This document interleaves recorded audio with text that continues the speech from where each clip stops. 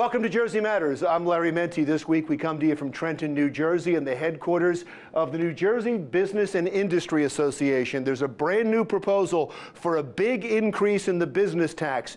We will get reaction from the CEO and president of the association in just a minute.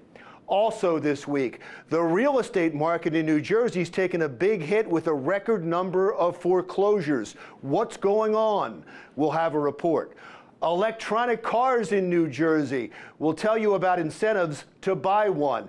And Shakespeare is alive and well and living in this state. But now we get reaction from the NJBIA about a proposed big increase in the business tax.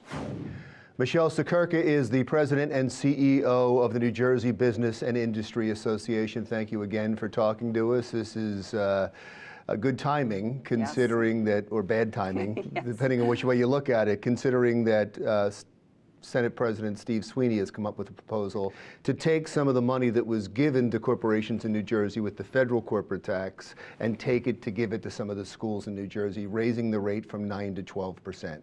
What would the effect of that be?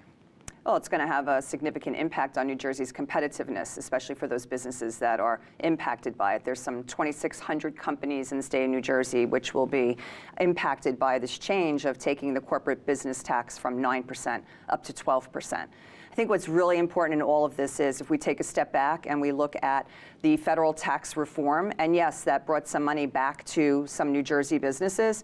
Those New Jersey businesses have been reinvesting that money into their companies. We read every day in the paper how they're increasing their wages, how they're giving bonuses that they haven't given before, how they're giving back to policyholders in terms of insurance companies. Horizon, great example, they set up 3 public funds in order to help the vulnerable citizens of the state of New Jersey with money that they got back. So you can rest assured that now, having this increased tax on them, they're going to take a pause and say, well, wait a minute, now we got to figure out the economic impact of that.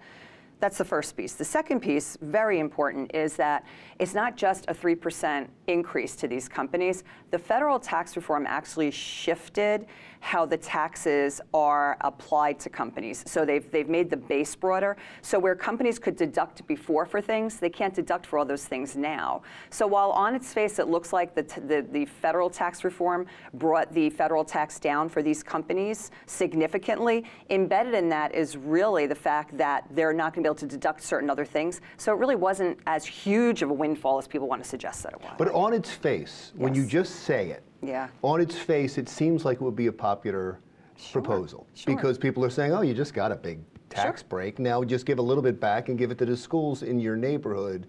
And I guess what your argument is the devil's in the details. Most important at the heart of all of this is this goes to the heart of our ability to be competitive here in the state of New Jersey. Regional competitiveness is so important because we are an out-migration state. We are the #1 out-migration state in the nation. Okay, we have people leaving every day and taking their wealth with them, their affluence with them, the jobs with them, their philanthropic giving with them. Now, with this increase, New Jersey will be the highest corporate business tax in this region and will be tied for #1 in the nation. That does not help our competitiveness. And you talked about the competitiveness. I know there's a sign that went up in Indiana trying to now attract businesses specifically from New Jersey, so they see a weakness here. So we need regional competitiveness. This policy makes us regionally uncompetitive. The interesting thing is when Governor Murphy heard about the tax, he said, it's interesting, I kind of like it, I want to see the details, but this doesn't preclude the millionaire's tax. This doesn't preclude that, I still want that too. The combination of the two, how would that affect business? It's just, it's insult to injury. Because exempt from the corporate business tax are the S-corps. All right, now millionaire's tax hits small business who are S-corps because they pay their taxes through their personal return. So people say, oh, millionaire's tax, you can tax millionaires more. That's small business. New Jersey small business will fall in that category as well. So now we've exempted them over here, but we're going to take from them over here.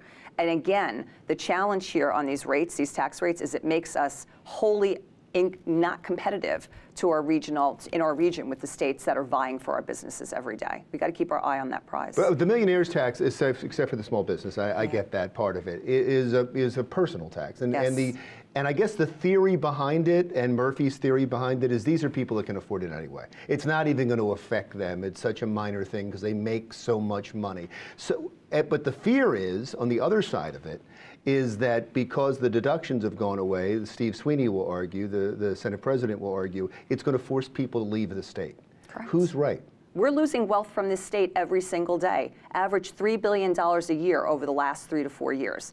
We should be paying attention to that. We must pay attention to that. It's not sustainable for our state. Are you working with companies right now trying to get them to stay? Absolutely. Every day I sit and I talk to my members. I call it the boots on the ground. I go out and I sit and I talk to my members every day. I say, what are you losing sleep over? What does BIA need to advocate on your behalf? You know, right now in the state of New Jersey, the business community is staring at a host of policies that are going to bring more costs to them. Okay? So we talked about the two, the potential millionaires tax. We just talked about the CBT tax. All right? That's only the start. Today, right now, we're talking about earned sick leave, which is an additional cost to business. We're talking about increase in minimum wage, which is an additional cost to business. We're talking about energy bills that are additional cost to taxpayers and ratepayers in the state of New Jersey, especially when New Jersey companies pay the largest portion of the energy bills in the state of New Jersey. These things are cumulative, and they're all coming to roost right now. That affects affordability and competitiveness. We'll talk about a couple of those specific issues, and also statistics show it's not just businesses that are leaving New Jersey, but retired couples and millennials. And since you can't talk about business anywhere these days without talking about Amazon, we'll bring that up too when we talk with Michele Siekerka, who is the president and CEO of the New Jersey Business and Industry Association, when we come right back.